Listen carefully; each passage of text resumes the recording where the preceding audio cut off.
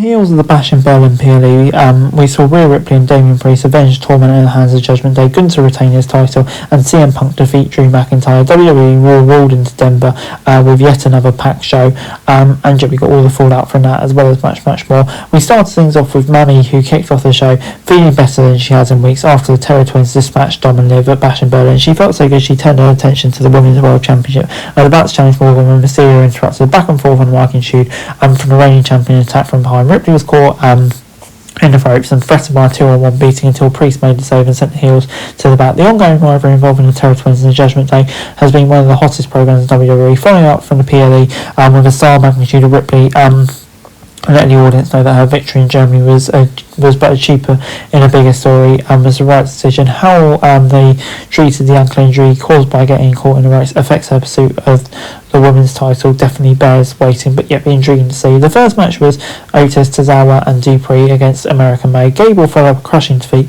to Uncle Howdy last Monday by leading American Made into this match, and yet it was a victory for them. Their match was much better than it had any right to be, really. A fun mixed tag contest that highlighted the two men's teams before shining a spotlight on Dupree. Young Dog down low and had her in a position for a reverse Cavato, but when Gable interfered, a kick from Dupree knocked him off the apron, but Noel recovered and submitted her with Dragon Sleeper. After the match, Gable ran his wife and the White Six interrupts, and it's going to be an 8-man street fight next week. Uncle Howdy appeared and accepted. Kind of felt like the feud kind of run its course between those two now, but clearly not. I hope it will pay off next week. But I thought it all worked alright. Climbed to that, gets 6 out of 10. Pure Fusion Collection took Zelina Vega out a month ago, putting her on the shelf. Last week, Vega returned, avenging, beating and costing Shayna Baszler and Zoe Stark a much needed win over Damage Control, and that led to a match between Vega and Baszler here. Late in the match, hampered by a break in the middle of it, Vega mounted a comeback and appeared to have victory in hand, but she took her eye off Baszler, laying out Stark and Donovan at ringside, only to return to eat a big knee strike from Baszler, who won.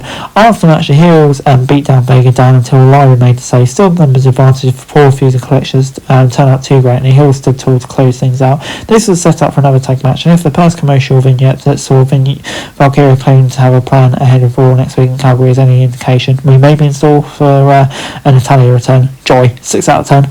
CM Punk made a mistake in assuming Drew McIntyre was in his rearview mirror following his victory at Bashinberlin, and the best in the world he went as far as to inform Gunther of his intent for the challenge for his title. Then he suffered. McIntyre dropped celebratory Punk on the outside, injuring his back. From there, he uncaught 3 claymores and broke his rival's coveted bracelet, shoving the beards in Punk's mouth. Medics took Punk out of the arena on stretcher before the gurney made it to the ambulance. McIntyre once again attacked. This is an effective angle and set up that third match, presumably in Hell in a Cell at Bad Blood, to win the show. It's going to be an intense encounter as we've seen between the two so far. Next up, Ilya Dragunov moved one step closer to an IC Championship opportunity after defeating Braun Breaker. After defeating Dominus Maria and Dragon Lee in a freeway. Midway through the bout, Carlito interfered on behalf of Dirty Dom, prompting Priest to make the save, fending off both Judgment Day members. With the scheduled triple threat down to a one-on-one encounter, Dragunov outlasted Lee to secure the win and join a spot in next week's Fatal 4-Way finale, joining Pete Dunne and Jey Uso. Dragunov missed out on a shot at the IC title previously, courtesy of a referee stoppage during the match with Breaker. His return on victory takes him close to the revenge against second gen style and a chance to achieve his first main roster title. Priest driving Mysterio away made sense given his search for revenge, and more importantly, it prevented the cowardly heel from suffering another major loss. So I thought it all worked out quite nicely in the end. In context of everything, it gets 7 out of 10 from me. Damage Control then took on Unholy Union with the new women's champs banned from ringside.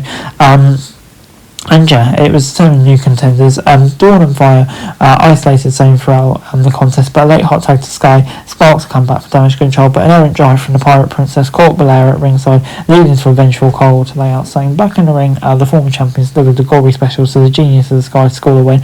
After the bell, Belair and Cargill stared down Damage Control, suggesting the issues between the two teams are only getting started. The tag team division is more interesting than it ever has been, and with more, but there's still a bit of depth issues, which has resulted in repetitive matches. But it's going to be interesting to see how it goes, and I think the Unholy Union probably the best option for another shot right now. World Heavyweight Champion Gunther Zimmerman promo followed his successful defence over Randy Orton at Bashinberlin was interrupted when Sami Zayn stepped through the curtain and confronted his former foe. Zayn named a handful of superstars to use the IC champion as a stepping stone to the top prize in WWE, including Shawn Michaels and Bret Hart. He intends to do the same.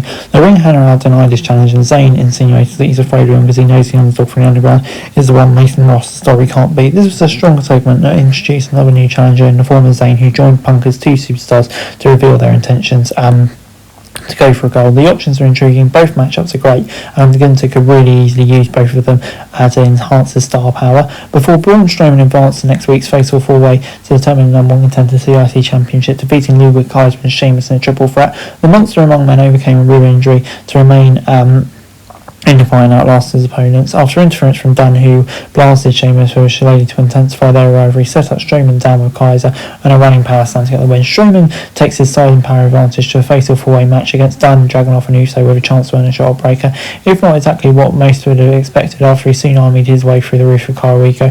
But if anyone can deliver a strong performance against the smaller opponents, it's for sure it's going to be Strowman. And Jet, that's looking like a really tasty matchup next week. Next up in our main event, we got Jey Uso and Damian Priest against Finn Balor and JD McDonough. Priest and Ripley once again got the better of the Judgment Day thanks to an answering for me and Jey Uso's tag team victory over Balor and McDonough. At one point, Liv Morgan crotched Uso onto the top rope, and only for Mummy to make her presence felt. Despite a left leg injury suffered earlier on the show, she chased Morgan out of the arena, leaving Balor and McDonough to go alone.